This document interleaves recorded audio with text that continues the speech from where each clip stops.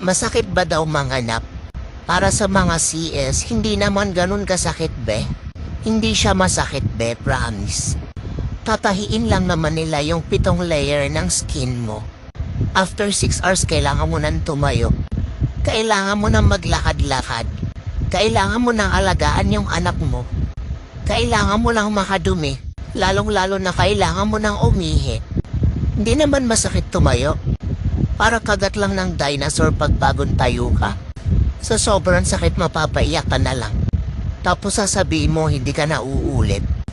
Last na to, promise. Pero isa na lang. Pero hindi siya masakit. Sobrang sakit.